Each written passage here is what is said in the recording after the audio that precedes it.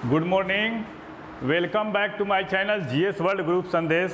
आज हम लोग करंट अफेयर से कुछ महत्वपूर्ण प्रश्नों की व्याख्या करेंगे जो राष्ट्रीय और अंतर्राष्ट्रीय घटनाक्रम के हैं। आरबीआई के दूसरे गवर्नर कौन बने जिन्हें governor of the year award दिया गया है? यह है शक्तिकांत दास।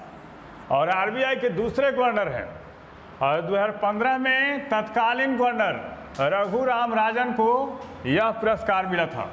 अब आरबीआई के बारे में देख लेते हैं हम लोग। आरबीआई के बारे में, बैंकों का बैंक किसको कहा जाता है? बैंकों का बैंक ये कहा जाता है आरबीआई को। और पूर्वोत्तर भारत में अभी हाल ही में कहाँ पे आरबीआई ने कार्यालय खोला है? पूर्वोत्तर भारत में आरबीआई ने कहाँ उप कार्यालय खोला है? उप कार्यालय खोला है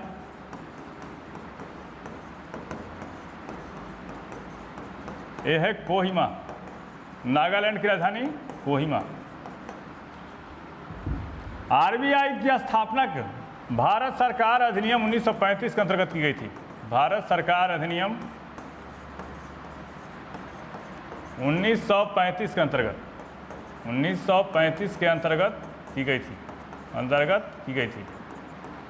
आरबीआई की स्थापना कब हुई थी? 1935 ईस्वी में। इसका राष्ट्रीयकरण कब किया गया? राष्ट्रीयकरण ये 1949 में। मौद्रिक नीति का निर्धारण कौन करता है? मौद्रिक नीति का निर्धारण कौन करता है? ये करता है आरबीआई। आगे देखते हैं आरबीआई के पहले गवर्नर कौन थे? पहले गवर्नर अंग्रेज ये थे एस बोर्न स्मिथ। कौन? Osborne Smith. और पहले भारतीय गवर्नर कौन थे? पहले भारतीय गवर्नर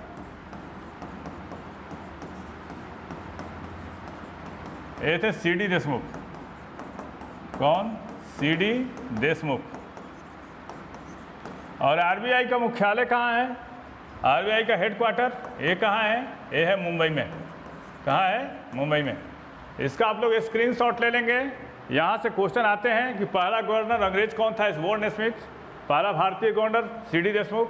बैंकों का बैंक किसको कहा जाता है? आरबीआई। और हाल ही में 2 दिन पहले के सेशन में पढ़ाया था कि पूर्वोत्तर भारत में आरबीआई ने अपना कहाँ उप कार्यालय खोला है? एक कोहिमा। और इसकी स्थापना भारत सरकार अधिनियम 1935 के अंतर्गत की गई थी। हेडक्वार्टर कहाँ है? मुंबई। स्थापना कब हुआ था? 1935 ईस्वी में। राष्ट्रीयकरण कब किया गया? 1949 में। मौद्रिक नीति का निर्धारण कौन करता है? आरबीआई करता है। हाल ही में बिहार के अनुसूचित जाति और जनजाति कल्याण मंत्री के रूप में किसने शपथ ली? रत्नेश सदा। हाल ही में संतोष हम पार्टी के संतोष सुमन ने इस्तीफा दे दिया था। उसके बाद अनुसूचित जाति और जनजाति कल्याण मंत्री का जो था मंत्री पद खाली हो गया था। और उस मंत्री के रूप में शपथ किसने लिया? रत्नेश सदा ने। और मुख्यमंत्री के अलावा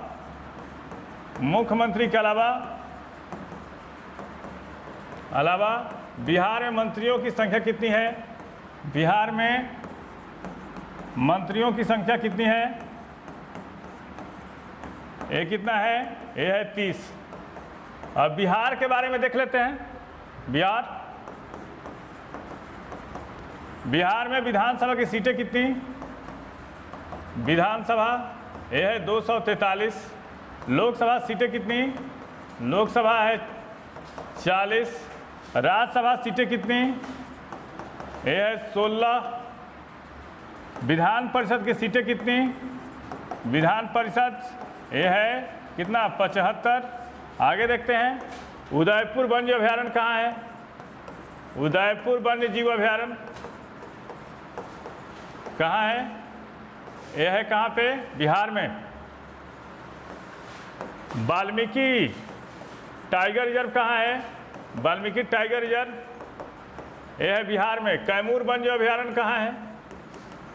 कैमूर वन्य अभयारण्य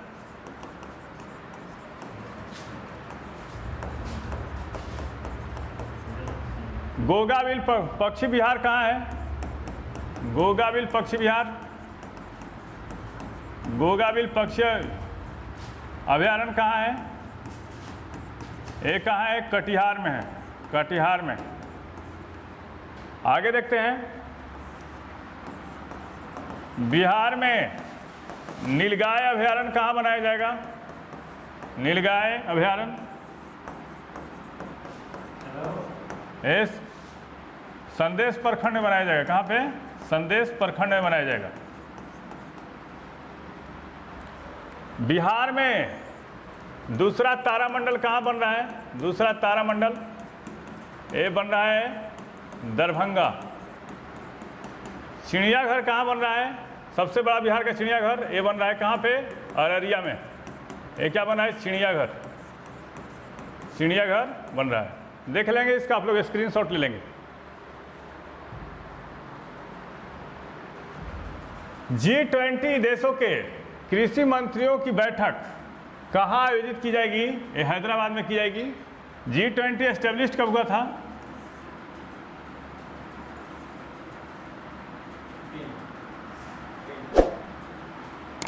G20 एस्टेब्लिश कब हुआ था? 1999 में।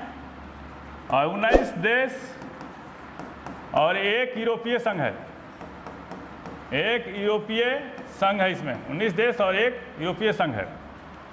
2022 में G20 शिखर सम्मेलन कहाँ हुआ? ये इंडोनेशिया। 2023 में भारत, 2024 में ब्राजील। आगे देखते हैं, अब हैदराबाद में हो रहा है तो हैदराबाद में क्या क्या है देख लेते हैं। राष्ट्रीय पोषण संस्थान कहाँ है? राष्ट्रीय पोषण संस्थान ये कहाँ है? हैदराबाद में। राष्ट्रीय महासागरीय सूचना केंद्र कहाँ है? राष्ट्रीय महासागरीय सूचना केंद्र कहाँ है? ये कहाँ है? हैदराबाद में। एयरफोर्स एकेडमी कहाँ है? एयरफोर्स एकेडमी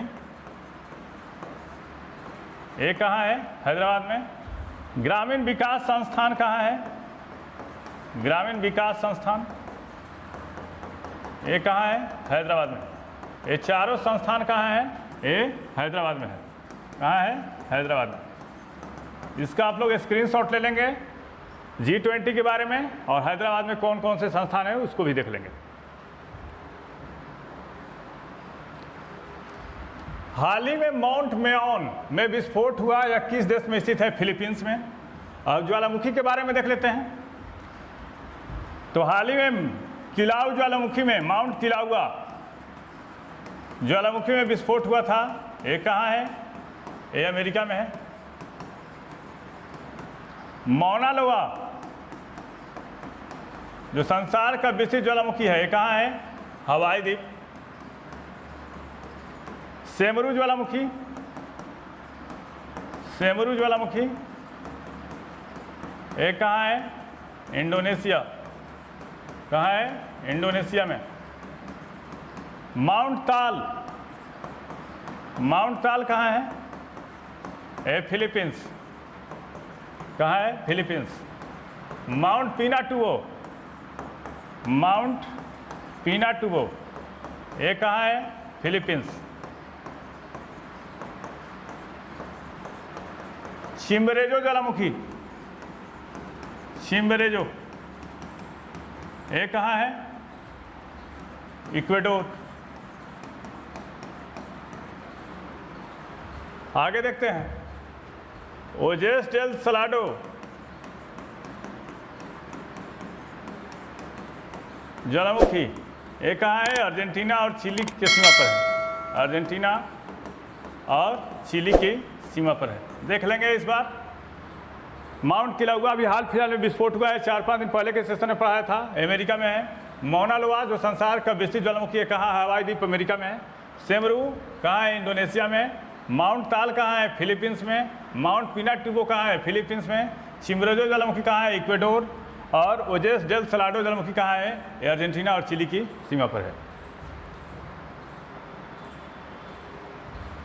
तेलंगाना सरकार और वंदे भारत ट्रस्ट ने किसको 2023 के युवा उद्यमी पुरस्कार से सम्मानित किया है? ये विनय अडागिरी और सुरेश नगला। अब पुरस्कारों की श्रृंखला है, देख लेते हैं।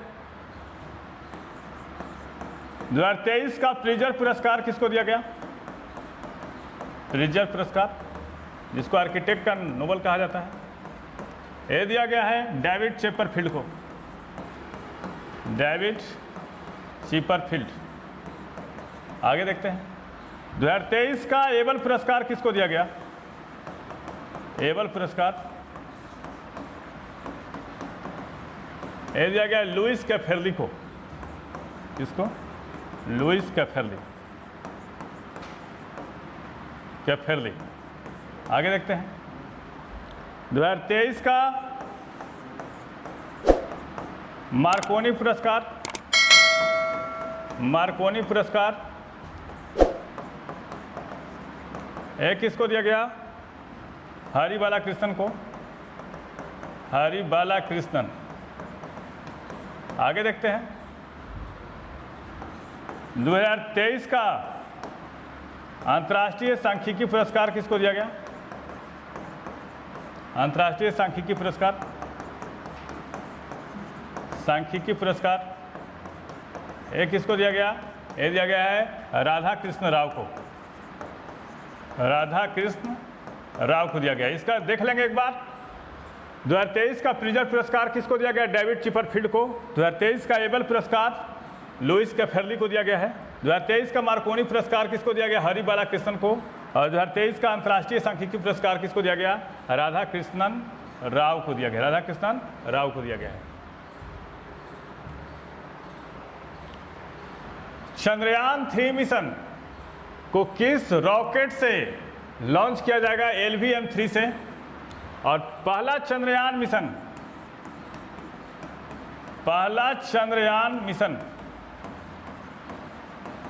कब लॉन्च किया गया था? कब लॉन्च किया गया था?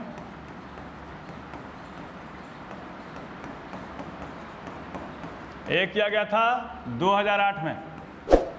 2008 में। और किस रॉकेट से? PSLV-C11 से लॉन्च किया गया था। किससे? PSLV-C11 से लॉन्च किया गया था।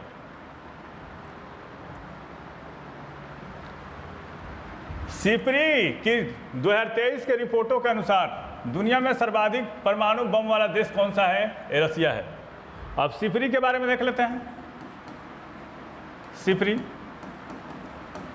क्या है? सिपरी स्थापना हुआ था 1966 में। स्थापना कब हुआ था? 1966 में। हेड क्वार्टर कहाँ है इसका? Stockholm, Sweden. और इसका वर्क क्या है? कार्य क्या है? दुनिया भर में जितने देश हैं उनके परमाणु बम और सैन्य शक्ति का सर्वे करना इसका काम क्या है? सिपरी का। पूछता है सिपरी का मुख्यालय कहाँ है? स्टॉकहोम, स्वीडन में। स्थापना कब हुआ था? 1966 में। अरब सागर में लंबे जीवन काल वाला चक्रवात कौन बना? बिपरजॉय। और चक्रवात क्या है देख लेते हैं। साइक्लोन एक ऐसी संरचना है जो गर्म हवा के चारों ओर कम वायु मंडलीय दाब के साथ उत्पन्न होती है। क्या होती है? जो गर्म हवा के चारों ओर कम वायुमंडलीय दाब के साथ उत्पन्न होती है। जब एक तरफ गर्म हवाओं गर्म हवाओं तथा दूसरी तरफ ठंडा हवा का मिलाप होता है, मतलब जब गर्म हवा और ठंडी हवा मिलती है तो वह गोलाकार आंधी का आकार लेने लगती है। क्या? गोलाकार आंधी का आकार लेने लगती है और वो ही चक्रवात कहते हैं। ये चक्रवात का सबसे अच्छा डिफिनीशन है। और अरब सागर में सबसे लंबे जीवन काल वाला चक्रवात कौन बना? यह है बिपरजॉय। हाल ही में फसाई के द्वारा असम राज्य के किस स्टेशन को ई ट्राई स्टेशन प्रमाण पत्र दिया गया है? ये कौन? गुवाहाटी को दिया गया। किसको? गुवाहाटी को। अंडर 17 एशियाई कुश्ती चैंपियनशिप में भारत ने कितने पदक जीते हैं? 7। और कितना स्वर्ण रहा? 1 स्वर्ण, 3 रजत और 3 कांस्य। ये अच्छा क्वेश्चन है, देख लेंगे कि अंडर 17 एशियाई कुश्ती चैंपियनशिप में भारत ने कितने पदक जीते हैं? तो 7 पदक जीते हैं। हाल ही में भारतीय नौसेना ने नौसेना के लिए किन 2 जहाज़ों को लॉन्च किया गया है? एक है संशोधक और दूसरा है अंजदीप। कहाँ से लॉन्च किया गया? ये चेन्नई से लॉन्च किया गया है। कहाँ से? चेन्नई से लॉन्च किया गया है। इसको चेन्नई से लॉन्च किया गया है। चेन्नई से लॉन्च किया गया है।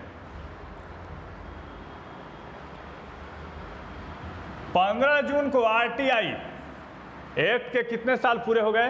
तो 18 साल पूरे हो गए थे। RTI एक्ट कब आया था?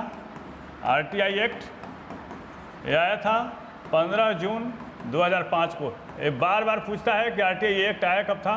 तो 15 जून 2005 को। PCS तक पूछ चुका है कि RTI एक्ट कब आया था? 15 जून 2005 को।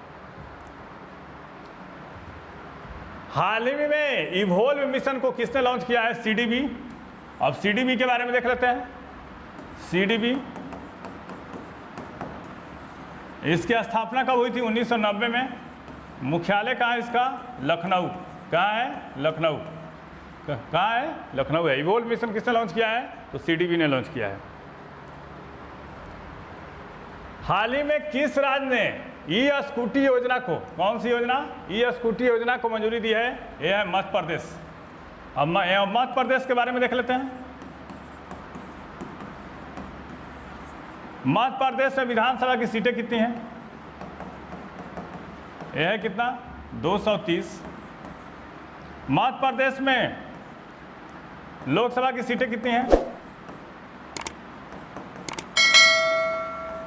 लोकसभा के मध्य प्रदेश में 29 सीटें हैं। आगे देखते हैं कौन कौन से अभयारण्य हैं यहाँ पे।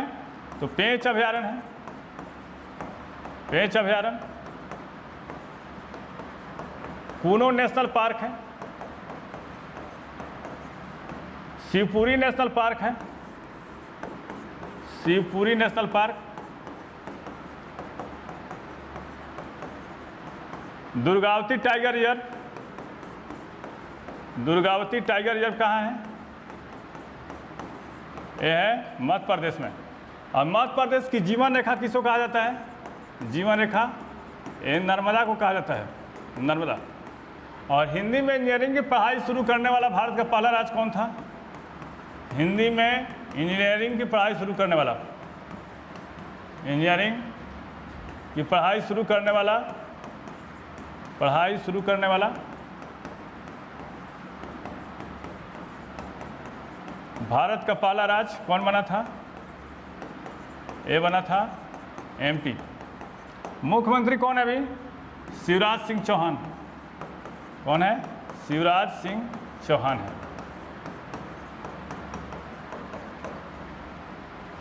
आप लोग इसका एक बार स्क्रीनशॉट ले लेंगे। बताइए सेशन कैसा रहा। अगर अच्छा लगे तो लाइक करें, सब्सक्राइब करें, शेयर करें। Thank you.